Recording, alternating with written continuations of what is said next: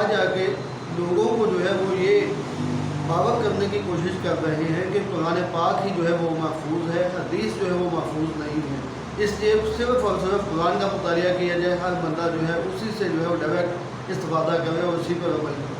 تو آپ اس حوالے سے اس معاملے کی وضاحت کیجیے۔ بسم اللہ الرحمن الرحیم۔ وسیم بھائی، آپ نے جیسا کہ بتایا کہ یہ فتنہ بہت زیادہ اٹھا ہے، 72 73 بلکہ یہ کہ 60 70 کی جو دہائی ہے، اس میں تو غلام احمد پرویز نے ہنگامہ مچا رکھا تھا اور غلام احمد پرویز کا یہ فتنہ جو ہے پورے جوبن پہ تھا۔ آج غلام احمد پرویز کا نام جو ہے وہ ختم ہو گیا، بہت کم لوگ جانتے ہیں، لیکن وہ جراثیم جو ہے وہ باقی ہے۔ کوئی بھی فتنہ جب دنیا میں پھیلتا ہے اور وہ مشہور ہوتا ہے، اس فتنہ کے جراثیم باقی رہتے ہیں۔ اب آپ یہ کہہ رہے ہیں کہ جی ان کا دعویٰ کیا ہے؟ دعویٰ کیا ہے؟ کالج یونیورسٹی میں یہ لوگوں کو قائل کرنے کے لیے کس طرح بات کرتے ہیں کہ قرآن پاک ہے ہمارے پاس؟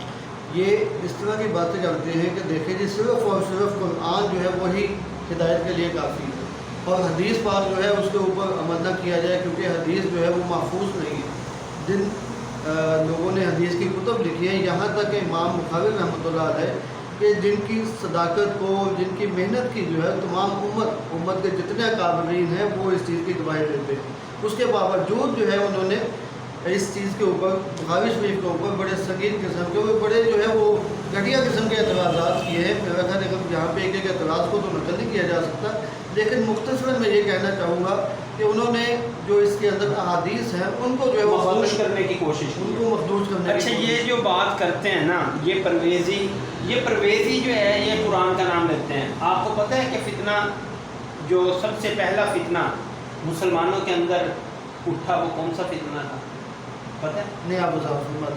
فتنہ خوارج، خارجیوں کا فتنہ جو ہے سب سے پہلے شدت اس فتنے نے اختیار کی، اور حضرت علی کے ساتھ ان کی لڑائی کس چیز کی تھی؟ حضرت علی رضی اللہ تعالیٰ عنہ کے ساتھ ان کی لڑائی یہ تھی کہ ہم کتاب اللہ کو مانیں گے، صرف قرآن کو مانیں گے۔ حضرت علی رضی اللہ تعالیٰ عنہ کا جواب جو تھا وہ یہی تو تھا کہ آپ قرآن کو مانو گے، قرآن تمہیں بول کے بتائے گا، ہم نے رسول اللہ صلی اللہ علیہ وسلم سے قرآن پاک پڑھا ہے، اس کی تشریح تو ہم کریں گے نا کہ رسول اللہ صلی اللہ علیہ وسلم نے کیا بتایا۔ اب یہ جو کہہ رہے ہیں کہ جی صرف اور صرف قرآن کریم ہی کے ذریعے ہدایت ملے گی، سنت نہیں چاہیے، قرآن کریم ہی کو نہیں سمجھے۔ اب دیکھو کہ قرآن کریم کا کیا حکم ہے، اطیعوا اللہ و اطیعوا الرسول وما نہاکم عنہ فانتہوا۔ یہ کیا ہے؟ یہ سنت ہی تو ہے، یہ رسول اللہ صلی اللہ علیہ وسلم کی اطاعت کیا ہے؟ اللہ کی اطاعت ہے نا۔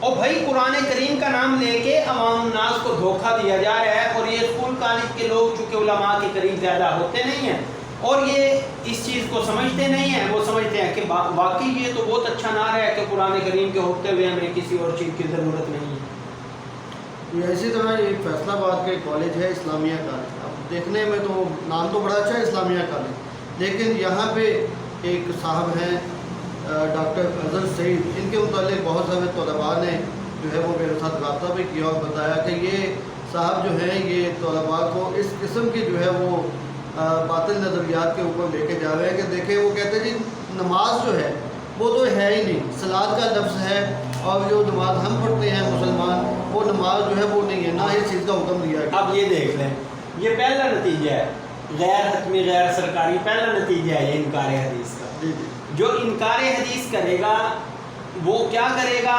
نماز نہیں مانے گا، سب سے پہلے وہ منکر نماز ہوگا، جس کی وجہ سے وہ کافر ہو جائے گا۔ مسلمانوں کے گھرانوں میں اس طرح کے لوگ جو ہیں جو ماڈرن اسلام کے داعی ہیں، وہ سب سے پہلا کام یہ کرتے ہیں کہ جی دیکھو ہم قرآن کو مانیں گے، تو جو قرآن کو ماننے کا کہہ رہے ہیں وہ اصل میں قرآن ہی کو نہیں مان رہے، کیونکہ قرآن تو کہہ رہے ہیں اطیعوا اللہ و اطیعوا الرسول۔ اور یہ جو ڈاکٹر صاحب کی آپ نے بات کی ہے، ڈاکٹر ہی ہے نا، ہاں جی، بھائی بات یہ ہے کہ ڈاکٹر ہے تو اس نے پڑھا کس سے ہوگا اور کن کی کتابیں پڑھی ہوں گی؟ مستشرقین کی کتابیں پڑھ کے آپ دین کو سمجھنے کی کوشش کریں گے، یہ تو ضائع ہو جائے گا سارا معاملہ۔ اچھا آپ کو حیرت کی بات یہ بتاؤں، منکرین حدیث کے لیے نہ تو کوئی نماز ہے، صلاۃ کا معنی وہ کیا کرتے ہیں کہ قیام کرنا، کہ قیام نظام کا قائم کرنا ہے، ہاں جی، ایسی بات۔ نظام کا قائم کرنا ہے نا۔ اب یہ میرے پاس تفسیر پڑھی ہے ان لوگوں کی لکھی ہوئی، آپ حیران ہو جائیں گے کہ وہ اتنا جاہل بھی کوئی ہو سکتا ہے، اتنا جاہل بھی کوئی ہو سکتا ہے کہ وہ تفسیر لکھ رہا ہے، تفسیر لکھتے ہوئے شروع میں کہہ رہا ہے کہ ہم جو ہے وہ کسی کی حدیث، ہم حدیث نہیں مانتے۔ کیوں نہیں مانتے حدیث؟ اس لیے نہیں مانتے کہ راویوں کے اوپر جو ہے وہ اعتراضات ہیں۔ اچھا جی حدیث تو نہیں مانتے تم، ٹھیک ہے، پھر تفسیر لکھ رہے ہو، کیسے لکھو گے؟ تفسیر کے اندر حوالے ابو الاعلیٰ مودودی صاحب کے دے رکھے ہیں۔ بھائی راوی حدیث کا ماننا نہیں، کہیں سے جو اچھی بات لگی ابو الاعلیٰ مودودی کی دے دی، کہیں سے اچھی بات لگی امین احسن اصلاحی کی دے دی، کہیں سے اچھی بات لگی، او بھائی تم ان کی روایت تو لے نہیں رہے۔ یہ 1400 سال کے بعد جو بندہ ہندوستان میں پیدا ہوتا ہے اور جس کے اندر گویا کہ ہمارے ماحول کے اندر وہ شرائط نہیں ہے جو محدثین کی شرائط ہے۔ کوئی بھی آدمی بڑے سے بڑے مولوی کے اندر مشکل ہو جائیں گی یہ شرائط اگر ڈھونڈنا ہم شروع کریں تو۔ وہ محدثین جن کی شرائط اتنی کڑی تھی، ان کی حدیث پہ اعتراض لگا رہے ہو، ان کی روایت پہ اعتراض لگا رہے ہو اور ان کے حوالے پیش کر رہے ہو۔ وسیم بھائی اس فتنے کو روکنا آپ جیسے لوگوں کا کام ہے۔ ہم مدرسوں والے ہیں، ہم مولوی ہیں، مدرسے میں بیٹھتے ہیں، مدرسے میں پڑھاتے ہیں، یہ ہمارا سلسلہ ہے۔ جو طلباء اور جو طالبات دین سے محبت رکھتے ہیں ان کے لیے ضروری ہے کہ وہ ان مسائل کو سمجھیں۔ یہ جو نعرہ لگاتے ہیں اور کہتے ہیں کہ جی ہم جو ہے وہ حدیث کو نہیں مانتے، سنت کو نہیں مانتے، ہم قرآن کو مانتے ہیں، یہ باتیں ان کو بتائی جائیں کہ قرآن کہہ رہے اطیعوا اللہ و اطیعوا الرسول، لہٰذا یہ قرآن کو بھی نہیں مان رہے، ان کا ایجنڈا کوئی اور ہے، اس ایجنڈے کے اوپر غور کیا جائے، ان کا ایجنڈا دیکھا جائے کیا ایجنڈا ہے، تاکہ معلوم ہو سکے کہ یہ مسلمانوں کو قرآن سے دور کر رہے ہیں۔ ڈائریکٹ قرآن سے کبھی کوئی دور نہیں ہوتا۔ آپ کسی بھی مسلمان کو گلی میں یہاں آوارہ گرد کسی مسلمان کو پکڑ لیجیے، اس کو کہیں گے نا قرآن پاک کو چھوڑ دو، یا اس کے سامنے قرآن کریم کی توہین کر دیں گے، وہ مار دے گا۔ صحیح فرمایا۔ اب وہ ڈائریکٹ قرآن کریم کو مخدوش تو کر نہیں سکتے، مسلمانوں کی نظروں سے گرا نہیں سکتے، تو اب انہوں نے یہ طریقہ اختیار کیا، یہ جو بھی لوگ ایسے ہیں جو حدیث اور سنت کا انکار کرتے ہیں، یہ سب سے پہلے علماء کے خلاف لوگوں کو کرتے ہیں۔ مولوی نہیں مانتے جی، مولوی نہیں مانتے، ان کو پتہ ہے کہ ہر میدان میں دین اسلام کے آگے سیسا پلائی دیوار اگر کوئی ہے تو یہ ملا ہے، یہ اپنے سارے کام چھوڑ چھاڑ کے اسی کے پیچھے لگ جاتے ہیں۔ تو اب وہ سب سے پہلے مولوی سے دور کریں گے، پھر فقہ سے دور کریں گے، پھر حدیث سے دور کریں گے، اور جو ان کے پیچھے بیٹھے ہوئے ہیں، جو ان کا ایجنڈا چلا رہے ہیں، وہ آخر میں جا کے قرآن کریم کو بھی چھوڑ دیں گے۔ اور قرآن کریم کے اوپر کیا اعتراض کریں گے؟ جی قرآن کریم کے اندر ناسخ اور منسوخ کیسے ہو سکتا ہے؟ اللہ تو سب چیزیں پہلے ہی جانتا تھا، تو اللہ تعالیٰ نے ایک حکم پہلے نازل کیا، دوسرا حکم بعد میں نازل کیا، لہذا اللہ تعالیٰ کا یہ کلام ہی نہیں ہے، کیونکہ اللہ تو سب چیزیں جاننے والے تھے، پھر اللہ کو اپنا کلام منسوخ کرنے کی کیا ضرورت پیش ہے؟ یہ بات کی ہے۔ ہمیں تو ان کے بڑوں کے ایجنڈوں کا بھی پتہ ہے، الحمدللہ ہم نے یہی کتابیں پڑھ کے معلوم یہ ہوا کہ سب سے پہلے یہ فقہ کے اوپر اعتراض، اتنے اعتراض کریں گے، اتنے اعتراض کریں گے، سامنے والے عوام کہیں گے ہاں بھائی فقہ کی تو ضرورت نہیں، قرآن حدیث جو ہے۔ اب جب حدیث کی باری آئے گی پھر حدیث کے اوپر اعتراض، بھائی حدیث کی تو ضرورت نہیں ہے، حدیث کی کیا ضرورت، اللہ کا قرآن محفوظ ہے۔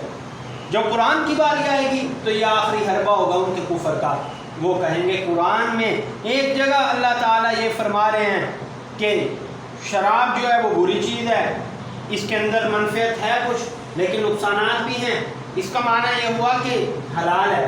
دوسری جگہ اللہ تعالیٰ اس کو حرام فرما رہے ہیں، پہلے اللہ نے حرام کیوں نہیں قرار دیا اور اللہ نے بعد میں حرام کیوں قرار دیا؟ اعتراض بن گیا قرآن پاک کے اوپر۔ بھائی اللہ تو ہر چیز جانتے ہیں، تو اللہ تعالیٰ نے ناسخ اور منسوخ والا یہ کیا سلسلہ ہے؟ تو اعتراض کر کے اس اعتراض کو بنیاد بنا کے کہیں گے کہ جی اب قرآن کو بھی چھوڑ دو، آخر کیا ہوگا؟ خدا کا بھی انکار ہو جائے گا، اور یہ ملحد و بےایمان ہو کے مارنا چاہتے ہیں۔ وہ شیطان کی جو ہے وہ چالیں اس قدر عجیب و غریب ہوتی ہے کہ ہر آدمی کو اسی کے انداز میں شیطان جو ہے وہ قائل کرتا ہے۔ مثال کے طور پہ ہم مولوی ہیں، میں مولوی ہوں، مولوی یا مفتی کو وہ کس چکر میں ڈالے گا؟ چند لفظ یاد ہو گئے، وہ کہے گا مفتی صاحب آپ تو بڑے مفتی ہیں، مولانا صاحب آپ تو بڑے مولانا ہیں، اب شیطان جو ہے وہ بڑائی ڈالے گا دل میں اور گمراہ کرنے کے لیے یہ کہے گا کہ اس بھی بڑے کا رد کر، اس بھی بڑے کا رد کر، بڑوں کا رد کروائے گا، اور ہم کرتے ہوئے سوچ رہے ہوں گے ہم دین کا کام کر رہے ہیں، بعد میں پتہ چلے گا کہ وہ اپنا نقصان کر بیٹھے۔ اب کوئی صوفی ہے، صوفی کو جا کے شیطان کہے گا آپ بہت اللہ والے ہیں، متقی ہیں، پرہیزگار ہیں، آپ کو جو ہے میں آپ کے پاس سے تصوف سیکھنے آیا ہوں، مجھے صوفی بنا دیجیے۔ اب صوفی صاحب کے ذہن میں وہ ڈالے گا کہ آپ کا دل تو بہت صافی ہے، باقی ساری دنیا ذلیل ہے۔ اگر وہ صوفی یہ سمجھنے لگ گیا کہ باقی دنیا ذلیل ہے تو وہ گمراہی ہے نا پھر۔ بالکل صحیح فرمایا۔ تو ہر آدمی اسکول کالج والے کے پاس یہ اسی انداز میں جاتا ہے شیطان۔ تو شیطان کے وسواس سے بچنا صرف ایک ہی طریقہ ہے، اطیعوا اللہ و اطیعوا الرسول، اللہ تعالیٰ کی اطاعت اور رسول اللہ کی اطاعت، قرآن کریم اور سنت رسول، ان دو چیزوں سے ہٹ کے کچھ نہیں ہو سکتا۔ اچھا، ایک طرف تو یہ صاحب جو ہے یہ طلباء کو یہ باتیں بتاتے ہیں جی آپ جو ہے وہ حدیث کو چھوڑ کے صرف قرآن کی طرف ہیں، اور دوسری طرف یہ موصوف ایسے ہیں جو اپنے کالج کے اندر جو مرد اور خواتین ہیں ان کا باہمی اختلاط جو ہے وہ کروا رہے ہیں کہ دیکھیں جی آپس میں جو ہے وہ دور دور رہنے کی ضرورت نہیں ہے، اسلام کے اندر کوئی ایسی بات نہیں کہ مرد اور عورت جو ہے ایک دوسرے سے الگ رہیں، ان کو لائبریری کے اندر ایک ہی جگہ پہ بٹھا کے ایک دوسرے کے قریب لا کے اور ان کے مابین جو تعلقات ہیں وہ قائم کرنے کی کوشش کر رہے ہیں۔ اور پھر یہ قرآن کریم کا نام کیسے لے رہا ہے؟ یدنین علیہن من جلابیبہن، تو قرآن پاک میں ہے جی، تو یہ قرآن پاک کا نام لے کے کیسے گمراہ کر رہا ہے؟ وہاں اس حوالے سے میں یہ چاہوں گا کہ فیصل آباد کے اسٹوڈنٹس کی جو مذہبی جماعتیں ہیں وہ اس کا ایکشن لیں، وہ اس بارے میں گفتگو کریں اور میڈیا پہ لے کے آئیں ان کی باتیں، جو لوگ اس کے قریب جا سکتے ہیں وہ جا کے بات کریں، یا ان کو بٹھائیں ہمارے ساتھ، ہم بیٹھنے کے لیے تیار ہیں کہ ہمارے ساتھ بیٹھ کے گفتگو کر رہے وہ ڈاکٹر مظہر اظہر کیا نام ہے، اظہر سعید صاحب، ان کو بٹھائیں، فیصل آباد میں ہمارے ساتھی موجود ہیں، انشاءاللہ تعالیٰ ملاقات کر لیں، کوئی بھی وقت طے کریں، ملاقات کر لیتے ہیں کہ آپ کا نظریہ کیا ہے، یہ آپ کی دلیل کیا ہے، آپ کے پاس ثبوت کیا ہے۔ اگر وہ کہتے ہیں کہ جی ہم بد مذہب ہیں، یا کہہ دیتے ہیں کہ ہمارا کوئی مذہب نہیں، لا دین ہے، لا دین سے مراد لبرل ہیں، تو پھر تو اعلان کر دیا جائے بھائی لبرل ہیں، جو لبرل ہیں یا جو بد دین یا لا مذہب ہیں وہ ان کے ساتھ چلیں۔ باقی جو ہے یہ ہم بتانا ضروری سمجھتے ہیں کہ ان کے ساتھ بیٹھنے کا حکم کیا ہے، ان کے ساتھ کھانا پینا جائز نہیں ہے، اور پھر یہ کہ اگر کوئی ان کے ساتھ یعنی منکرین حدیث کے ساتھ کوئی اٹھتا بیٹھتا ہے، ان سے رشتہ قائم کرنا بھی احتیاط اسی میں ہے، اگرچہ وہ مسلمان ہیں، لیکن جو ان کے ساتھ اٹھتا بیٹھتا ہے اور ان کے ساتھ موالات اور دلی ہمدردی کا تعلق ہے، اس کے ساتھ بھی رشتہ نہیں کرنا چاہیے، ان کے ساتھ تو کیا کرنا۔ اگر خدا نخواستہ بعد میں معلوم ہو جائے کہ جہاں رشتہ ہوا یہ خاتون یا یہ مرد منکرین حدیث میں سے ہے تو وہ فوری طور پہ نکاح ختم ہو جائے گا، کیونکہ کافروں سے تعلق نہیں ہو سکتا۔ حدیث کا انکار کرنے والے کافر ہیں، دائرہ اسلام سے خارج ہیں، بالکل صاف ہے یہ مسئلہ کہ جو نماز کا منکر وہ کافر، جو حدیث متواترہ کا منکر وہ کافر، تو ان کافروں کے ساتھ کبھی بھی مسلمانوں کے تعلقات قائم نہیں ہو سکتے۔ میں ایک آخری بات میں کرنا چاہوں گا جو کہ انتہائی افسوسناک بات بھی ہے کہ وہاں پہ ان کا اثر و رسوخ اس طرح کا ہے کہ جو وہاں کے سینئر پروفیسر حضرات ہیں ان کی بھی جو ہے ان کے مقابلے میں نہیں چلتی۔ دلی طور پر بہت سارے وہاں پہ ہمارے ایسے مسلمان بھائی ہیں جو کہ اچھی پوزیشنز پہ ہیں اسی کالج کے اندر، لیکن اگر کوئی بندہ اس ڈاکٹر اظہر سعید کے خلاف جو ہے کوئی آواز اٹھانے کی کوشش کرتا ہے تو ان کے کچھ ایسے تعلقات ہیں کہ اس بندے کا وہاں سے تبادلہ کروا دیا جائے۔ ان کے تعلقات ایسے کیسے ہیں بھائی اللہ کے بندو؟ تبادلہ کروا دیا جاتا ہے تو تبادلے کے خوف سے ایک اس محاذ کو چھوڑ دیا جائے گا؟ وہی پورا جمع غفیر جو ہے، لوگوں کی طاقت سب سے بڑی طاقت ہے، اہل سنت والجماعت کے بڑے لوگوں کو بلایا جائے، علماء کے ساتھ میٹنگز کی جائیں، اہل علم حضرات کو بلایا جائے، ان کے ساتھ بیٹھ کے بات کی جائے، تو پھر دیکھتے ہیں کہ کس کا تبادلہ ہوتا ہے۔ اس آدمی کا خود کا تبادلہ ہو جائے گا۔ اسٹوڈنٹس کی جماعتوں کو متحد آگاہی جو ہے وہ بہت ضروری ہے۔ آپ کے ساتھ جو تعاون کرنے والے ساتھی ہیں، جو وہاں کے یونیورسٹی کے طلباء و طالبات آپ سے بات کر رہے ہیں، ان کو چاہیے کہ وہ رسول اللہ صلی اللہ علیہ وسلم کے لیے، رسول اللہ کی سنت اور حدیث کے لیے میدان میں آ جائیں اور آ کے آج ساری دنیا جو ہے وہ سوشل میڈیا پہ گفتگو کر رہی ہے، 2-4 ویڈیو بنا کے چلا دی جائیں، پھر دیکھیں کہ اس کا کیا